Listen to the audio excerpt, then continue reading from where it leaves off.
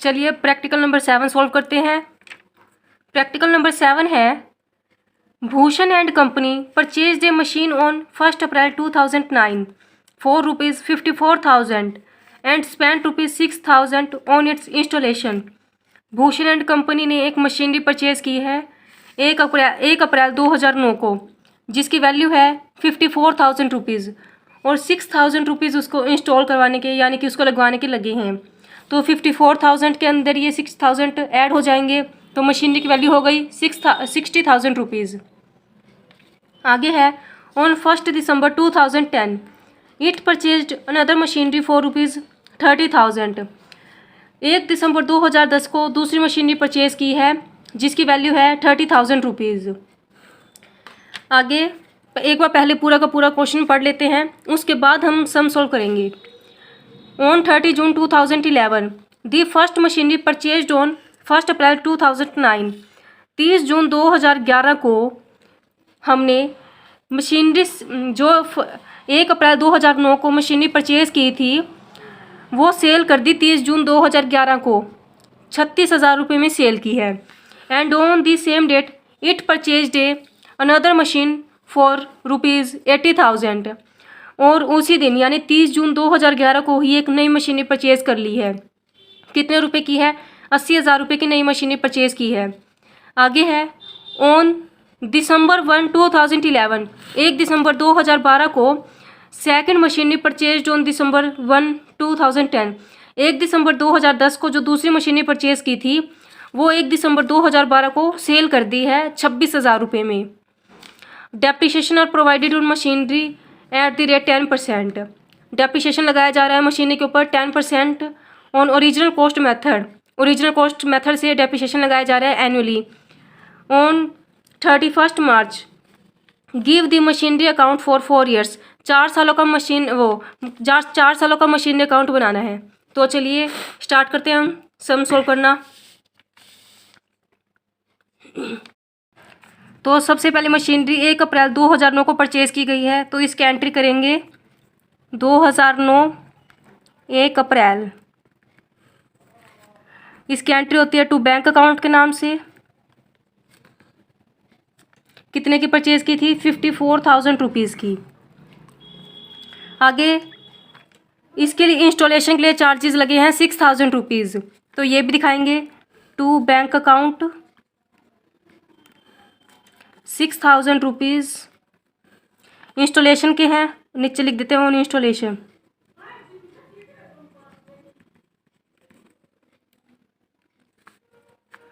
आगे डेप्रिसिएशन लगाएंगे इसके ऊपर 2010 31 मार्च बाय डेप्रिसिएशन अकाउंट। इसके ऊपर डेप्रिसिएशन यहाँ पे बोला गया था कि 10% पर एनम की रेट से लगेगा, तो ये पूरे साल का डेप्रिसिएशन लगेगा अप्रैल से मार्च तक का, तो लग जाएगा 60,000 पर 10% की रेट से डेप्रिसिएशन लगेगा तो हो जाएगा 6,000 रुपीज़। 6,000 रुपीज़ हो गए। बाय बैलेंस दिखा देंगे, अब बैलेंस निकालेंगे इसका। By balance carry down 31 March 60,000 minus 6,000 54,000, ये हो गए बैलेंस इक्वल 60,000 रुपीज़। 60,000 रुपीज़। अब इस बैलेंस को नीचे ले आएंगे 2010 1 अप्रैल टू बैलेंस ब्रॉट डाउन। कितने का है? 54,000 का बैलेंस है। 54,000 नीचे ले आए हैं। आगे देख लेते हैं कोई और मशीनें तो परचेज नहीं हुई है ना। हाँ, यहाँ पे बोला गया है कि on 1 December 2010 it purchased another machinery for ₹30,000। 30,000 रुपये की दूसरी मशीनें परचेज हुई है 1 दिसंबर 2010 को, तो इसकी एंट्री यहाँ पर दिखा देंगे 1 दिसंबर टू बैंक अकाउंट। यहाँ पर हम इसे फर्स्ट मशीनरी बोल देते हैं, यहाँ पर सेकंड मशीनरी। कितने की परचेज हुई है थर्ड मशीनरी? 30,000 रुपीज़ की, तो यहाँ पर 30,000 दिखा दिए हैं। अब डेप्रिसिएशन लगेगा इन दोनों मशीनरी के ऊपर 31 मार्च को।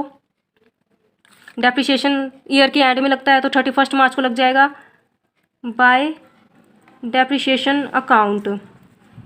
फर्स्ट मशीनरी के ऊपर पूरे साल का डेप्रिसिएशन लगेगा 6,000 रुपीज़ का। जो हमारी ओरिजिनल कॉस्ट होती है उसी के ऊपर डेप्रिसिएशन लगता है। 60,000 थी इसकी ओरिजिनल कॉस्ट, 6,000 का फर्स्ट ईयर में डेप्रिसिएशन लग गया, सेकंड ईयर में भी 6,000 का डेप्रिसिएशन लग जाएगा। तो अब सेकंड मशीनरी है, 1 दिसंबर को परचेज़ की है तो 30,000 पर लगेगा पहले तो 10%। उसके बाद दिसंबर से मार्च तक के 4 महीने हो जाते हैं, तो 4 महीनों का डेप्रिसिएशन लग जाएगा इसके ऊपर। देख लेते हैं कितना डेप्रिसिएशन लगेगा। 30,000 इंटू 10% इंटू 4 डिवाइड बाई 12, 1,000 का ये डेप्रिसिएशन हो गया। तो ये हो गए 7,000 रुपीज़। 7,000 का ये डेप्रिसिएशन हो गया। अब बैलेंस निकालेंगे। बाय बैलेंस कैरिड डाउन 31 मार्च, यहाँ पर लिख देते हैं डेट। फर्स्ट मशीनरी का बैलेंस होगा 54,000 माइनस 6,000। 54 में से 6,000 लेस करेंगे तो 48,000। और सेकंड मशीनरी में 30,000 माइनस 1,000, ये हो गए 29,000। इन दोनों का टोटल कर देते हैं। 48,000 प्लस 29,000, ये हो गए 77,000। अब इन दोनों का टोटल 77,000 प्लस 7,000, 84,000। यहाँ पर भी हो गया बैलेंस इक्वल 84,000।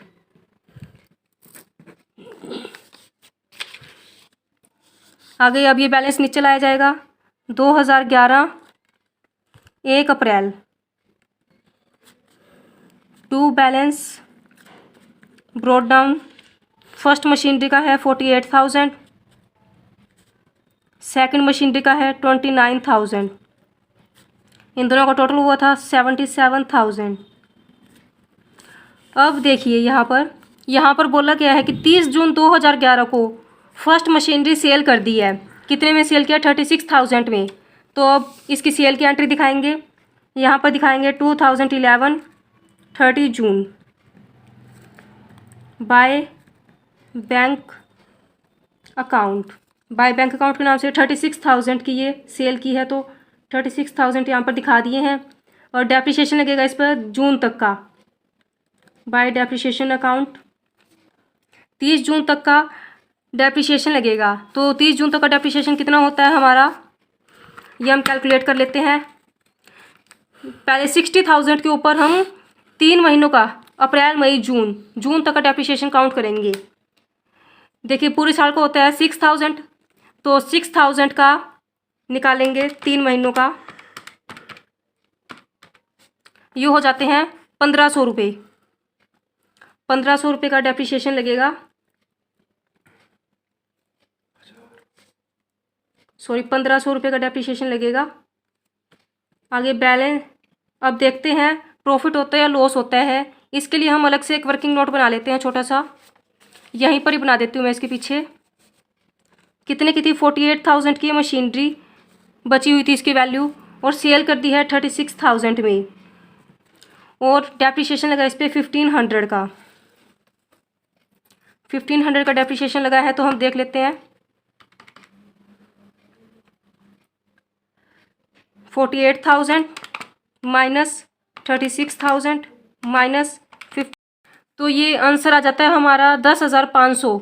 जब 48,000 में से 36,000 और 1,500 माइनस करेंगे तो 10,500 आता है। ये हमारा हो जाता है लॉस, ये हमारा आ गया लॉस। तो अब इसको हम, लॉस की एंट्री होती है इस साइड क्रेडिट साइड, तो लॉस की एंट्री हम यहाँ पे दिखा देंगे प्रॉफिट एंड लॉस अकाउंट के नाम से। लॉस साइड में शो कर देंगे। कितने का हो गया? 10,500 रुपये का लॉस हो गया। अब ये फर्स्ट मशीनरी थी जो, उसका तो लॉस आ गया है। अब सेकंड मशीनरी, बाकी के ऊपर डेप्रिसिएशन लगाएंगे। 2012 31 मार्च बाय डेप्रिसिएशन अकाउंट। आगे पहले हम देख लेते हैं कि आगे कुछ और तो नहीं बोल रहे हैं ना। तो ये मशीनरी थी जो हमारी फर्स्ट मशीनरी थी, वो हमने सेल कर दी। 30 जून 2011 को सेल कर दिया मशीनरी कितने की सेल किया, 36,000 की सेल कर दी है। आगे ये बोल रहा है on the same date it purchase a new machine for ₹80,000, यानी कि उसी दिन मशीनरी सेल की है, उसी दिन एक और नई मशीनरी परचेज कर ली है जिसकी वैल्यू है ₹80,000। इसकी हम एंट्री दिखा देंगे पहले, फिर डेप्रिसिएशन लगाएंगे। तो यहाँ पर हम लिख देंगे 30 जून और टू बैंक अकाउंट के नाम से इसकी एंट्री हो जाएगी। यहाँ पर हम थर्ड मशीनरी लिख देते हैं, ये कितने की है, ₹80,000 की, ₹80,000 की ये हो गई। अब हम डेप्रिसिएशन लगाएंगे। जो फर्स्ट मशीनरी थी वो तो सेल हो चुकी है, अब सेकंड मशीनरी, तो अब 29,000 है, तो इसके ऊपर हम पूरे साल का डेप्रिसिएशन लगाएंगे। पूरे साल का डेप्रिसिएशन लगता है 30,000 रुपीज़ पूरे साल का डेप्रिसिएशन लगता है। 30,000 रुपीज़ जो हमारी मशीनरी की वैल्यू है, ओरिजिनल कॉस्ट में हम जो ओरिजिनल वैल्यू होती है उसके ऊपर डेप्रिसिएशन लगाया जाता है। तो फर्स्ट ईयर में हमने 1,000 का डेप्रिसिएशन लगाया था, ये देख सकते हैं हम यहाँ पे 1,000 रुपये यानी कि 4 महीनों का डेप्रिसिएशन लगा था।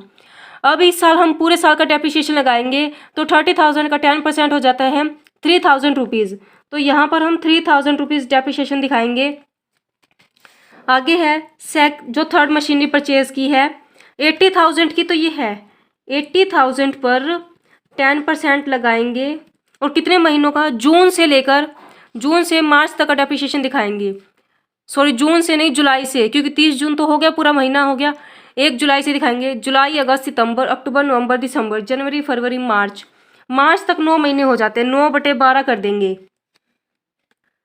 तो अब हम डेप्रिसिएशन निकाल लेते हैं इसका, 80,000 इंटू 10% कर देंगे, 8,000 हो गया 10% तो, और 9 महीनों का निकालेंगे तो ये आ गया हमारा 6,000 रुपये। इसके ऊपर आ जाता है 6,000 रुपये का डेप्रिसिएशन, ये हमने दिखा दिया 6,000 रुपये। अब इन दोनों का टोटल करके यहाँ पे लिख देते हैं कितने होते हैं, 6 और 3 9, 9,000 रुपये का डेप्रिसिएशन हो गया इन दोनों मशीनरीज के ऊपर। अब बैलेंस निकालेंगे, बाय बैलेंस कैरिड डाउन। जो सेकंड मशीनरी है उसका दिखाएंगे, पहले यहाँ पे डेट लिख देते हैं 31 मार्च। सेकंड मशीनरी जो 29,000 रुपीज़ माइनस 3,000, ये हो गया 26,000। और थर्ड मशीनरी है जो 80,000 माइनस 6,000, ये हो गया 72,000। अब इन दोनों का टोटल कर देते हैं, ये हो गया 98,000 रुपीज़। अब इन सभी का टोटल कर लेते हैं हम, बैलेंस इक्वल आ रहा है या नहीं आ रहा है। तो 36,000 प्लस 1,500 प्लस 10,500 प्लस 9,000 प्लस 98,000, ये हो गया हमारा 1,55,000। यहाँ पर 80,000 माइनस 6,000 करेंगे तो 74,000 आएगा, 74,000। तो अब इन दोनों का दोबारा से टोटल करके देख लेते हैं, 74,000 प्लस 26,000, ये हो गया हमारा 1 लाख हो जाते हैं यहाँ पर हमारे। अब इनका टोटल करते हैं, 1 लाख प्लस 9,000, नीचे से स्टार्ट करते हैं टोटल करना, प्लस 10,500 प्लस 1,500 प्लस 36,000, ये हो गए हमारे 1,57,000। ये आ गया हमारा बैलेंस, इक्वल हो जाता है यहाँ पर आकर 1,57,000। अब इस बैलेंस को हम नीचे ले आएंगे, 2012 1 अप्रैल,